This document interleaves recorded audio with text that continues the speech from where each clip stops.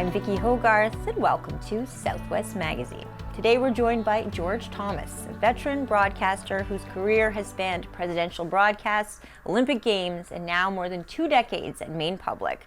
From his time as Director of Broadcast Operations for Mutual, NBC, and Westwood One to his current work as a producer and familiar voice in Maine, George has seen firsthand how journalism has evolved and why it remains essential. Thank you, George, so much for coming in today and Thank you for having me. It's great to be here. I know a lot of our viewers will know you from Maine Public, but I'd love to start off by talking about where it all began for you in journalism and where it took you. It all started in high school, actually. I was in upstate New York, in Binghamton, New York, which is right on the New York-Pennsylvania border. And I was fortunate that the local AM/FM TV station there had an Explorer Scout post that specialized in broadcasting. And there was a group of 10 or 12 of us who started, and we did a lot of special programs and stuff on radio and TV. But what it really did was open the door that I could go into that station at any time and sit in the newsroom and watch what was going on, sit in the control room and TV and watch them do a newscast, sit in the master control room and watch the station breaks and so on. And that started it for me. I was hooked on it at that point. How did you end up going from there to covering presidents, to covering the Olympics, and being on that big a stage? After I got out of college and I went to the New York Institute of Technology in Westbury, Long Island, I went to work back at the station in Binghamton for part of a summer, and the general manager of that station had purchased another radio station in a town about 25 miles away, and he asked me to be the operations manager of it. So I accepted that position and spent about 9 years there in various capacities. The operations manager, sometimes I was the news director when we were in between news directors and so on, because you did, in a small station, you do a lot of different things. And at that point, I decided that I was looking for more challenges and adventure, and so I applied to the Mutual Broadcasting System in Washington, D.C., and they operated the Mutual Radio Network, which did the Larry King Talk Show, which did NFL football, basketball, obviously newscasts around the clock, and so on. And so I went there as an operations manager, and then eventually became the director of broadcast operations for them. What were some of the pinch me moments where you just thought, I can't believe this is what I get to do? I think probably the first time when you go to the White House and you're walking up the driveway, you go through the magnetometer and through the guard shack and so on, and you're just out there walking up the driveway by yourself to the White House, and it's like, this is an unusual experience, you know? Wow. But we had studios in the White House, Capitol Hill, the State Department, the Pentagon. All of that was part of my responsibility, along with the studio operations for the network newscasts. Well, we were just talking about how you were in Washington during 9/11, which would have been a totally different time when we think of digital media now, how quick we were able to even give people information just through our phones. It was quite a shock. And I was in between jobs. I had finished my work at Westwood One and was starting work at a local FM station at that point for a brief period of time. And so I was helping that station cover the events as well. And it was quite a shock and quite a change. And our studios for Westwood One were only 3 blocks from the Pentagon. Wow. So it was very close to all of the activities there. When you moved over to Maine Public in 2002? Yes. What brought you to Maine? What made you want to make that move? I have always wanted to move to Maine. Well, I really wanted to move to Canada, but I got as close as I could. My grandparents were from St. Catharines, so and had spent a lot of time here in St. Andrews and all through the Maritime provinces. So decided to move to Maine Public. Actually, the day I was leaving Virginia, where I was living, and the movers were actually taking the furniture out of the house, the TV station in Bangor called me and wanted to talk to me about a job. And I said, I can't today because I'm moving, but we will, and I'll be up there in another week and we'll talk. And so I went to work first for Channel 7 in Bangor as the operations manager of that station. and I was there for 9 years. And we converted it to digital transmission, and lots of activities went on there. And then I moved over to Maine Public and started in radio and then TV and all of the activities that I do there. What did your experience down in Washington and working on such a large stage do to you when you came to Maine? How did you take what you had done and bring that to a more localized perspective? Comparing the difference between the local station and the network, it's basically the same, but there's multiple things going on at the same time. You have a studio where you have a talk show, you have a studio where you're having a sports broadcast, a studio where there's a newscast. All of that's happening at once. Here in Maine, you might be doing only one of those things at a time, but it all relates back and forth. When you look at the work of the public broadcaster, why is that so important from your perspective?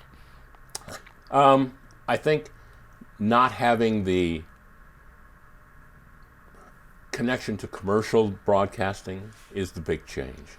You're a little freer in what you do because, let's be honest, commercials pay the bill, and you have to have some taste and consideration in what you're doing so that you're not, I'm not saying not offending someone, but so that you're presenting things in the correct light. Let's just say that.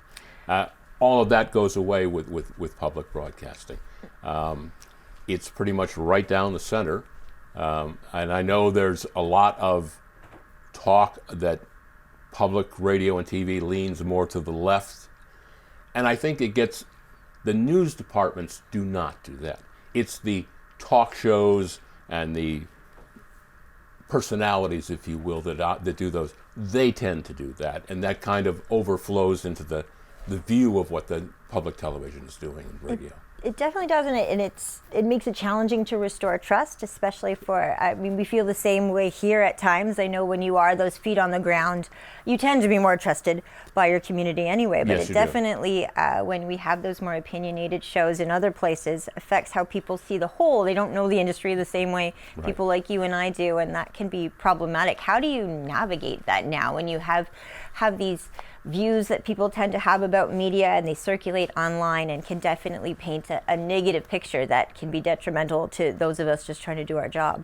It's very difficult to take care of that, and it's mostly done through promotion, if you will, of promoting that you are fair and responsible and trustworthy and that you've been there for the public for a long time and you will continue to be, and you're supported by the public, not by not by any commercial institutions and that sort of thing. How have you seen the industry change in terms of safety? I know that I get to see you a lot, which is really wonderful. It speaks to the relationship between Maine and New Brunswick in a lot of ways. But even my time in the industry, I've seen the concerns for safety of journalists change than what I remember at the beginning of my career. It has definitely become, you have to be much more cautious, I guess. And the public has more access to you as well. I mean, they can look at your Facebook and they can tell where you are, where you've been, what you're doing. So you're on the stage all the time, and it is very difficult. You have to be cautious as to where you are and who you're with and what's going on. I've seen in my career a lot of the people that I started off with aren't in the industry anymore, much to my dismay because I know the talent that they have, but many of them have decided to take other paths. It can be challenging for a lot of reasons. Some of it's just job availability, and the pay can be quite low as well. But also it is these things like safety that come in. Have you noticed similar things when you're looking at it from the American side of things? Yes, I mean, and even just as far as security of buildings. It used to be you could walk in and out of a station. Now it's all locked up and you have to be buzzed in and identified before you're allowed in the building. And when we were at Channel 7, when I worked there at Channel 7, we had people who, I don't want to say stalkers, but there were people who would watch what cars were in the parking lot. And, when you're leaving work at 11:30 at night, you kind of wonder who's out there. So yes, there was a lot of security problems. What has kept you doing it all these years, even with those challenges in front of you? A love of the business and a love of providing entertainment and information to people. And most of my time is I've shared time between behind the scenes and in front of the screen as well. And I like doing all of that. What role do you think it plays in terms of a healthy democracy? I think it's vital for that. And I think we have lost so much of the local journalism's aspect of all across the country. Radio stations no longer have news departments.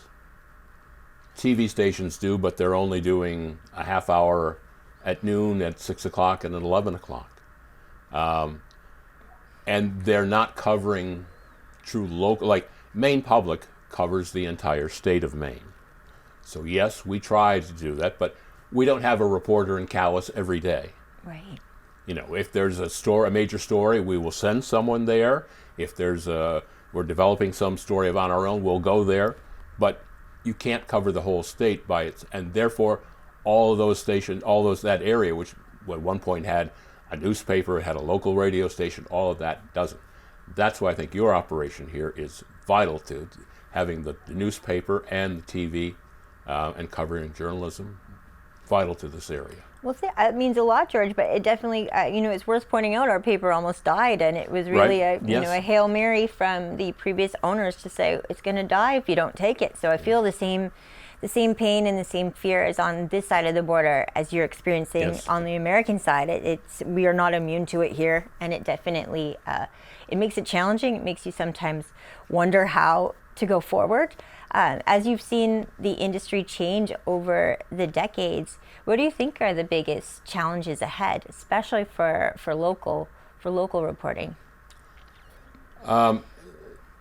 It's developing, if you will, a farm system of training and teaching people to come and start in this business and then move on. That seems to be lacking, I think. It's harder to attract quality people, especially in smaller markets where the pay is not as well and not as good. And to have them progress, learn, and continue on in that journalism path is difficult. What do you think keeps people who live in Maine loving Maine Public, though? What are the big draws right now? I think that they do realize that we provide a service, both radio and the radio has two services. We have a news talk channel and we have a classical music channel that covers most of the state. We have 4 television channels. We do our main PBS channel. We do a Create, a World channel, and a Kids channel. I think that providing all of that free over the air, you don't have to have cable or satellite to pick it up. And we have multiple transmitters all throughout the state, so most of the state is covered. I think that's very valuable. And, of course, we are on all the cable systems. We're on cable systems here in Canada, too. I know in Canada we've definitely had big debates over CBC in the news, on social media, about whether it should be funded to the degree that it is or not. When you look at things like funding, how do you make an argument for funding local productions? I think you just look at the past of what has gone before. Sesame Street, all of those kind of Masterpiece Theater, all of the quality programs that would never have aired if it hadn't been for public broadcasting. I think that alone tells you why it's needed. And the funding is difficult now. I mean, it's been cut back. For Maine Public, we have lost 12% of our funding through the recent actions taken in Washington to reduce that. And so we have started to do more fundraising. We're not going to make up all of that 12% right away, that's for certain, and there will have to be some cutbacks. They're trying not to do it in the programming side, and we'll see what we can do with some economies in our staffing and so on to make that up. And I would love to know how anyone on our side of the border can help, because you know, a lot of Canadians do watch Maine Public as well, and we've benefited from many of the shows. So even if it's a gift shop where I could buy a reusable bag, I know we're going to start doing the same thing here, because I think that there is a lot of people that see the value, and it doesn't necessarily have to, they will go out of their way to support, to make sure that they can be a part of keeping something alive. So how are there ways to support? Well, we have the annual pledge type drives. We just did finish one a couple of weeks ago. We did a week for radio and a week for TV, and they happen on a quarterly basis. And that's you know, a great way for people to become. We have what we call Evergreen Friends, where you can donate $5 a month and that sort of thing on a continuing basis for the whole year. That's the best way. And then of course, watching and viewing, listening to the programming. Mm-hmm. I know we feel that way about TV Bingo too, because it lets the community support it in its own way. Yeah.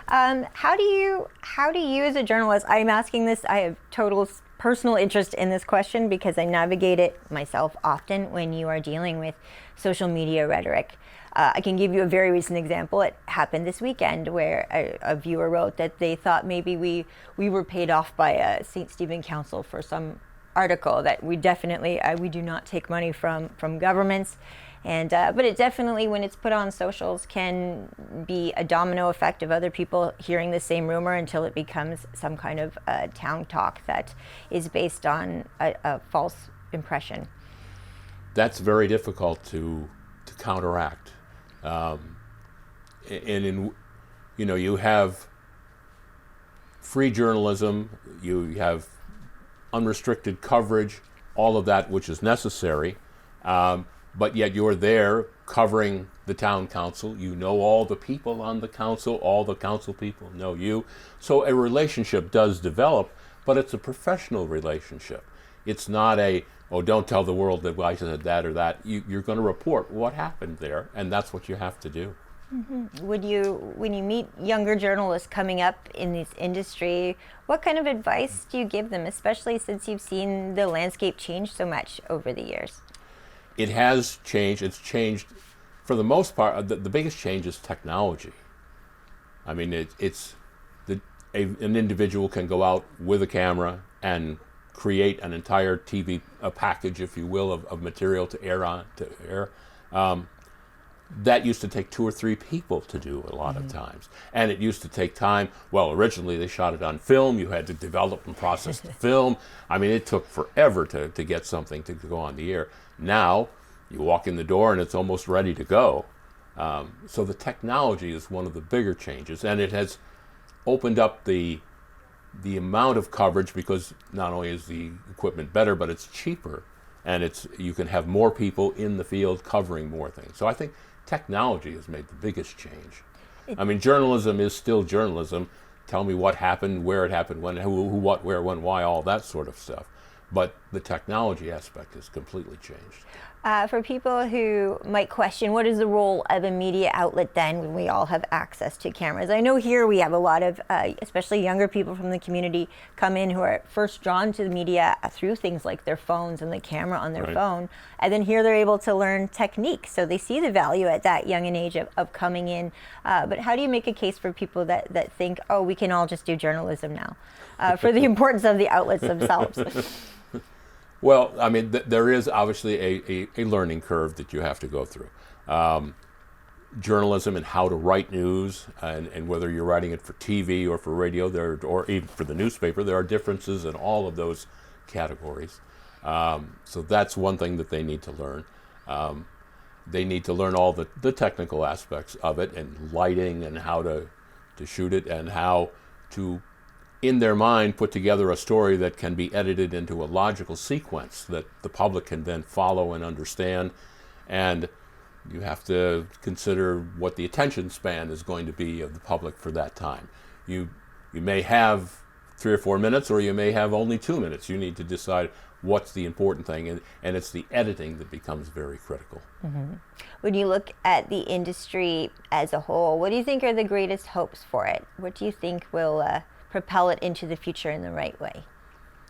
I think that eventually the on-demand aspect of things will be even more important than it is today. I mean, we're streaming everything, and we're putting everything on demand. And today, the people that are in high school want everything immediately. They're not going to wait for you to do a newscast. They want to press the button and have it downloaded, and it's there. Mm-hmm. I think that aspect will make the biggest change, that maybe there won't be a noon, 6 o'clock, and 11 o'clock newscast, but there will be a newscast available to you all the time. Now, when it comes to monopolies, in Canada, obviously, we have Bell and Rogers very dominant in our landscape. It seems that will again be the situation when we go to streaming. In fact, we're trying to make a case right now as to why small stations like ours should have some distribution on streaming platforms as well, which is now another hurdle to navigate. Yep. Are you finding the same on the American side as we move from cable to streaming in such a quick pace that sometimes the little guys are left behind once again? I think so, but since we're a statewide operation at Maine Public, we don't really have that much of a problem. But I can see where individual stations, yes. Yeah. That definitely would be a problem. And from a technology standpoint, what do you think are the good things about these changes in our landscape, and possibly where there could be some pitfalls? I think AI is the real question, mm-hmm. as to it can be used in a beneficial way and it can be used in a less than honest way, let's say that. And how that is going to play out over the coming year or two is going to be very critical. I think AI is the one of the big factors in TV and radio. Right. And when we look closely at AI, what do you think will be the big question marks in the next year or two? AI can write your news story for you. You can, write me a news story about the St. Stephen Council. Mm-hmm. It can create that story for you. And how is it going to create that? Well, it's looking at information that's on the web right now and using that to create it. That's not a good process. No, it's not.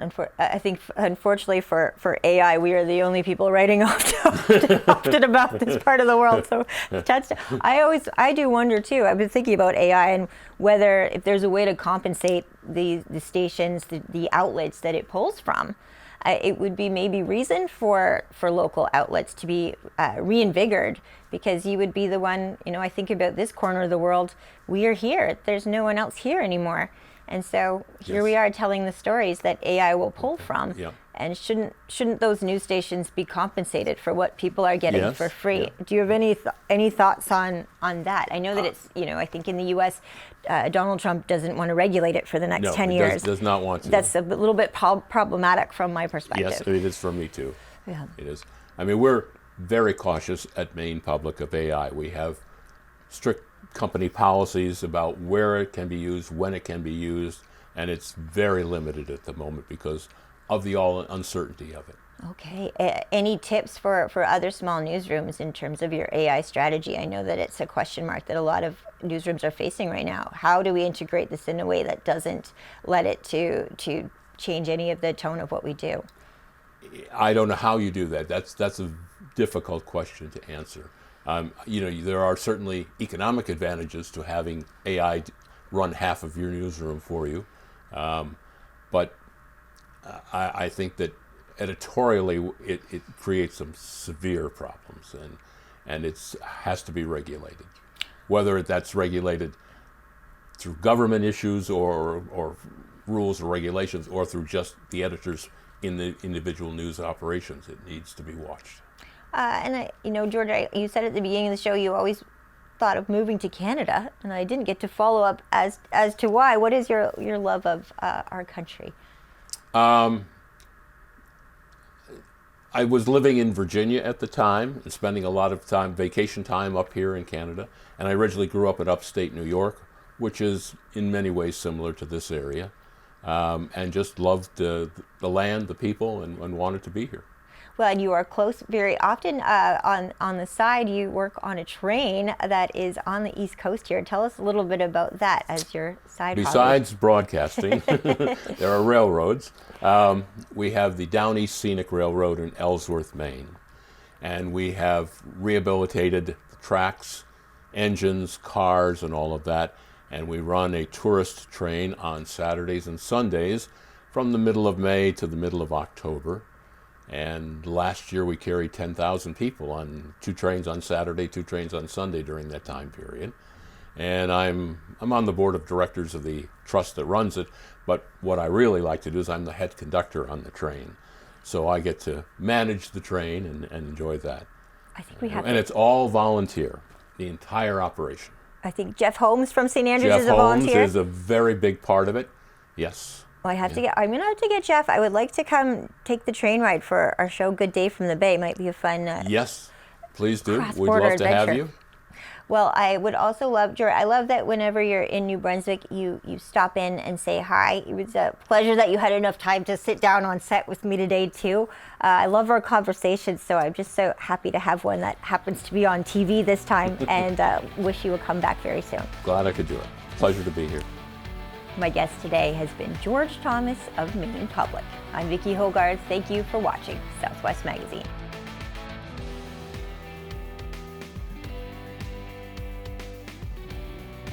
Southwest Magazine is a news and public affairs production of CHCO Television.